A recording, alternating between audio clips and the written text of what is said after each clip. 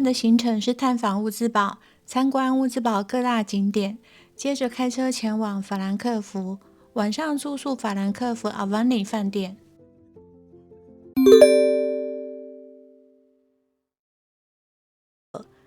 大家好，這裡是簡單生活，歡迎來到德瑞自由行的第4站烏茲堡跟法蘭克福。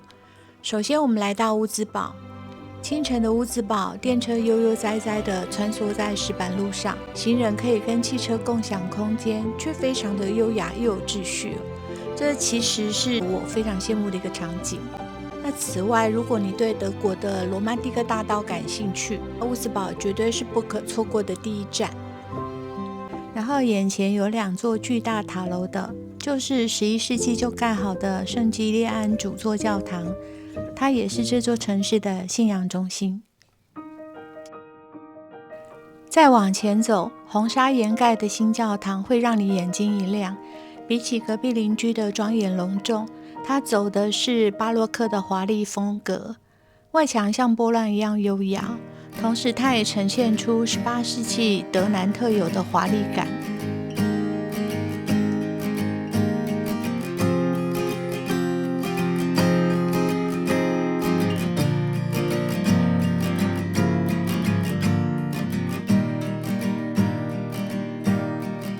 繼續往前走，大約100公尺，看到麥當勞後向左轉，就會看到烏茲堡最吸睛的景點之一——獵鷹之屋，還有旁邊的聖母教堂。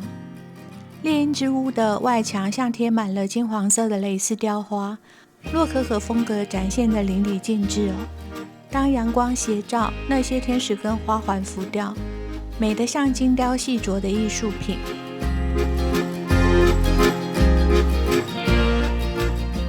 獵鷹之屋旁邊就是紅白相間、非常醒目的聖母教堂。聖母教堂是典型的哥德式教堂，紅色的肋條配上白牆，凸顯了哥德式結構的輕盈感跟高度感。整體的造型仿佛不斷向天空延伸。尖拱的門廊充滿了細膩的石雕，用精細的刻工呈現出聖經的故事以及人物雕像。這座教堂不止外觀很吸睛它也是烏茲堡老城中最具辨識度的建築之一。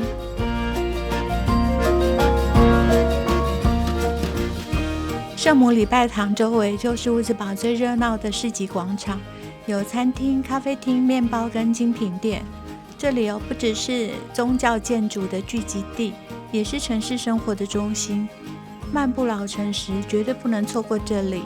不過現在還太早，店家還沒有營業，只有鴿子在上班，陪着旅人們享受古城的寧靜。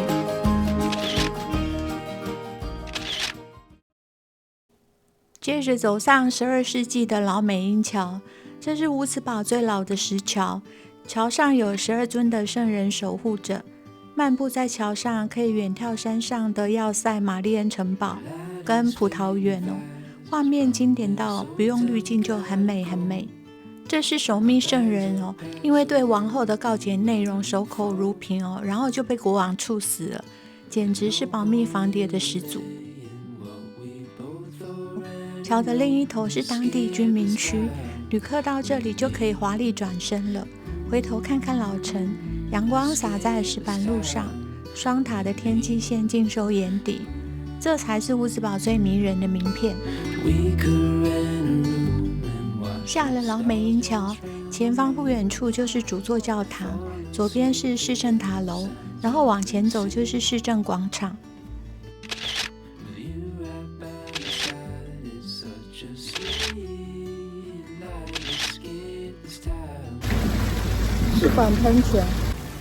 四管噴泉建於18世紀，水從4個方向噴出。從這裡往主街走，就是烏茲堡最熱鬧的血拼戰區。先到超市採買，我們來到一家知名的連鎖超市 Penny。這個好像蠻大一包的，這樣一包2.39歐，比台灣便宜超多的。它這個葡萄看起來小小的，可是無籽的，非常好吃，很甜。這個一盒是1.49歐。你看，奇順順的芒果，好像芭樂一樣。那香蕉反而比較貴。我這邊好多農產品，我覺得它跟美國一樣，農產品都是屬於比較便宜的。你看這青蔥，非常漂亮的青蔥，這個是0.55歐，也是比台灣便宜，比全聯還便宜。這個生菜沙拉我最喜歡吃，這個就還是便宜啊。Costco 這個一盒要100多塊，它這個是1.99，沒有 Seven， 連一家都沒有。沒有便利商店哦，你有時候真的很口渴，要找水的時候真的找不到，所以一定要水，一定要隨時帶着補充着。水果超多的，喜歡吃的要來。這個應該是可口可樂的分享茶哦，每一種口味都不錯，一瓶1.15。哦，來，這個口味的最暢銷。接着回到飯店吃早餐，這家飯店早餐種類雖然沒有很多，但食物品質還不錯，用餐環境也很舒適。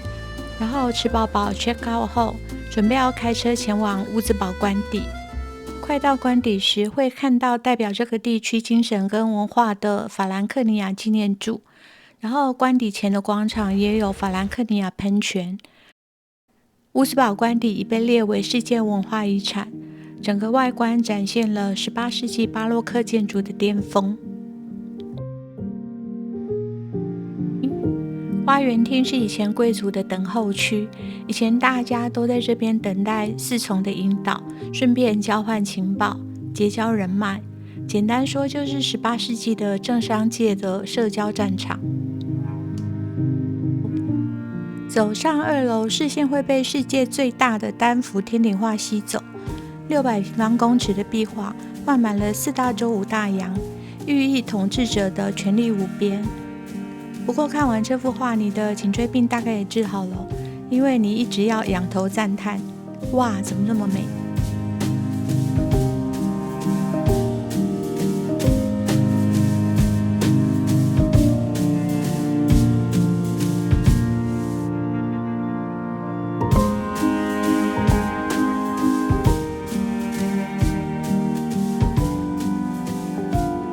白廳原本是衛兵大廳，牆上滿是灰雕的武器與盔甲，它是去皇帝廳之前的緩衝區。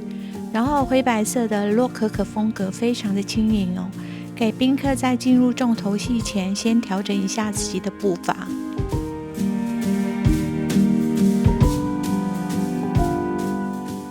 皇帝廳是全官邸的心臟，大理石與鍍金的線條交織成洛可可藝術的最高峰。天花板畫着皇帝升天受封，象徵權力神授。整個圓形的大廳沒有死角，華麗到讓你像掉進一個360度的歷史故事裡。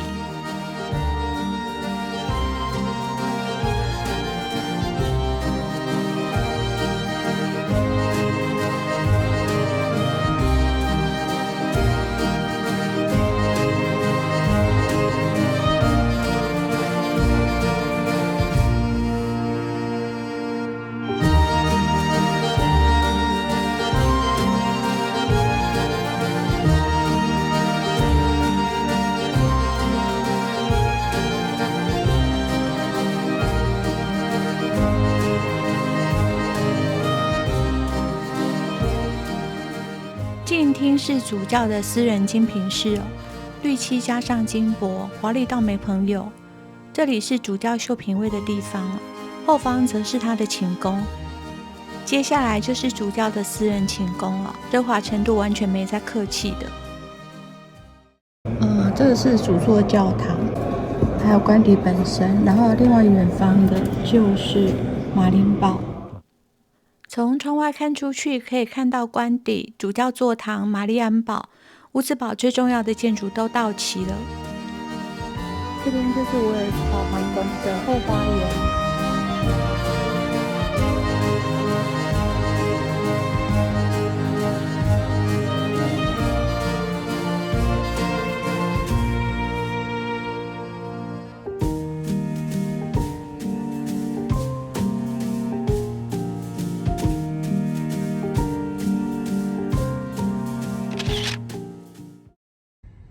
瑪麗安城堡之所以被稱為要塞城堡，是因為它不只是城堡，更是當年守護烏茲堡的防禦中心。當車子從這邊進來以後，這裡就有一個停車場，但是這個是離城堡比較遠的。等一下，其實車子可以往這個山洞裡面開上去哦，上面還有停車位，就在城堡門口。現在它的軍事重任已成往事，變成了欣賞美景的制高點。走到制高點，烏茲堡像模型一樣展開，紅瓦屋頂、美因河跟教堂尖塔都在腳下。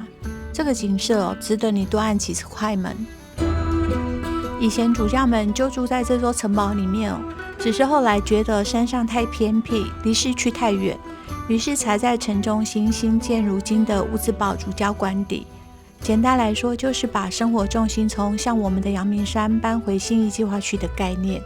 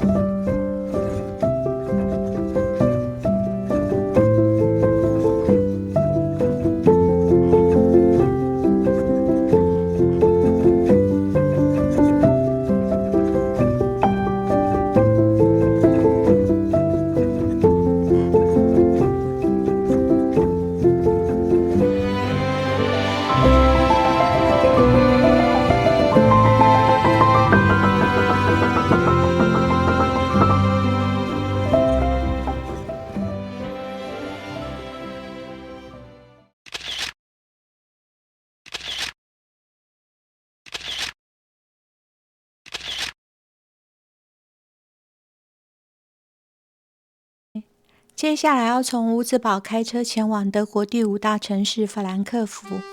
如果是搭乘長榮航空前往德國，那它的航班通常降落在慕尼黑；然後中華航空的話，它的航班會降落在法蘭克福。法蘭克福被稱為美因河曼哈頓，而歐元塔則是最具代表性的地標。塔前的這個巨大的藍色的歐元符號，是旅客必拍的經典畫面。它象徵了歐元成為統一貨幣的核心精神。那白天這裡是歐洲的金融中心，晚上整個城市搖身一變，變得璀璨又摩登。接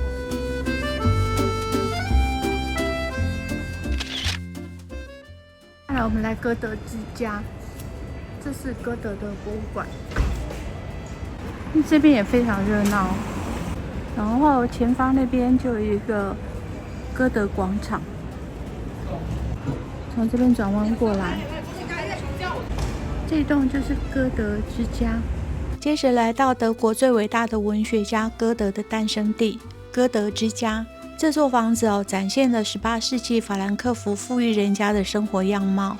原建築在2次大戰的時候就被炸毀了，但是戰後德國按照它的原樣去重建，然後歌德的書房就位在3樓他在這裡寫下了《少年維特的煩惱》以及《浮士德》等很多巨作。德國人常說，沒有歌德就沒有今日的德國文學。現在是法蘭克福的羅馬廣場。羅馬廣場是法蘭克福的靈魂，可愛的木金屋排排站，最有德國風味了。然後聖誕市集都在這裡舉辦，是整座城市最可愛的地方。廣場上最醒目的建築就是羅馬市政廳，3連屋頂的外觀非常獨特，也是羅馬廣場最具代表性的地標。現在到7點鐘。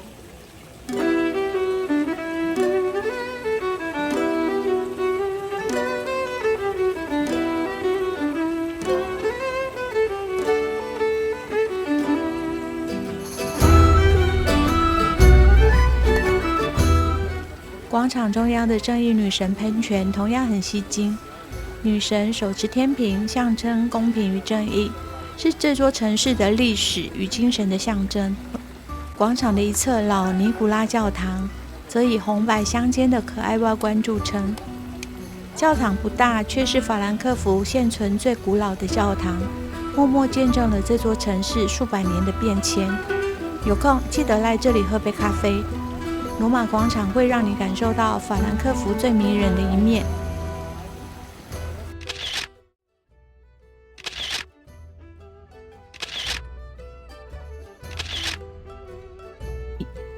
從哥德之家步行約5分鐘，可抵達美因河畔。跨越兩岸的鐵橋是必訪的地標，它連接了老城區跟南岸。我覺得夕陽時分會比較漂亮。然後在這裡呢，可以飽覽法蘭克福迷人的天際線與河面的倒影。橋上掛滿浪漫的情侶鎖。好多的愛情樹。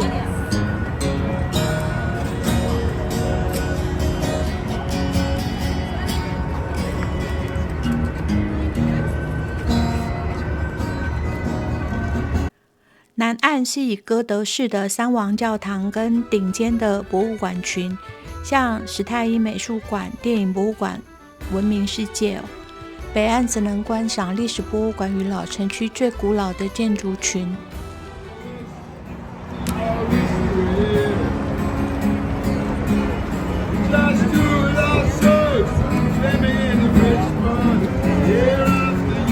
這邊吃的也蠻多的，從羅馬廣場這邊直接過來，蠻熱鬧的。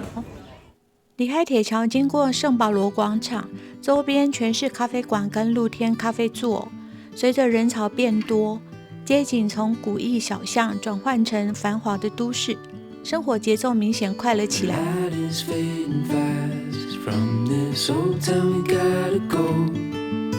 Our bags are packed, so what we waiting for? There's no point in delaying what we both already know. Escape this time. 再來抵達最熱鬧的豪普瓦特河廣場。Escape this time with me. We could rent a room and watch the stars dance round the moon. 這個就是法蘭克福的天際線。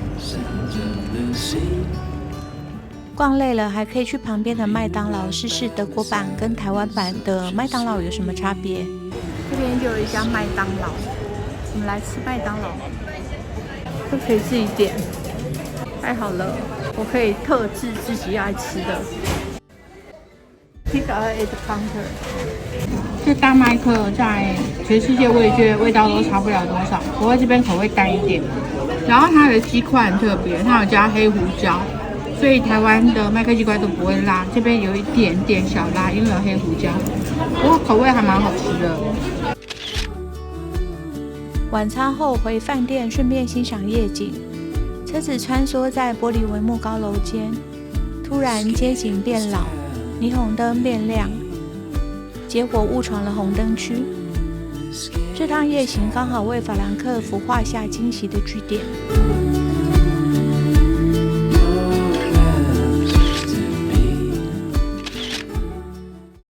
這是我們今晚的家 Avani 城市酒店。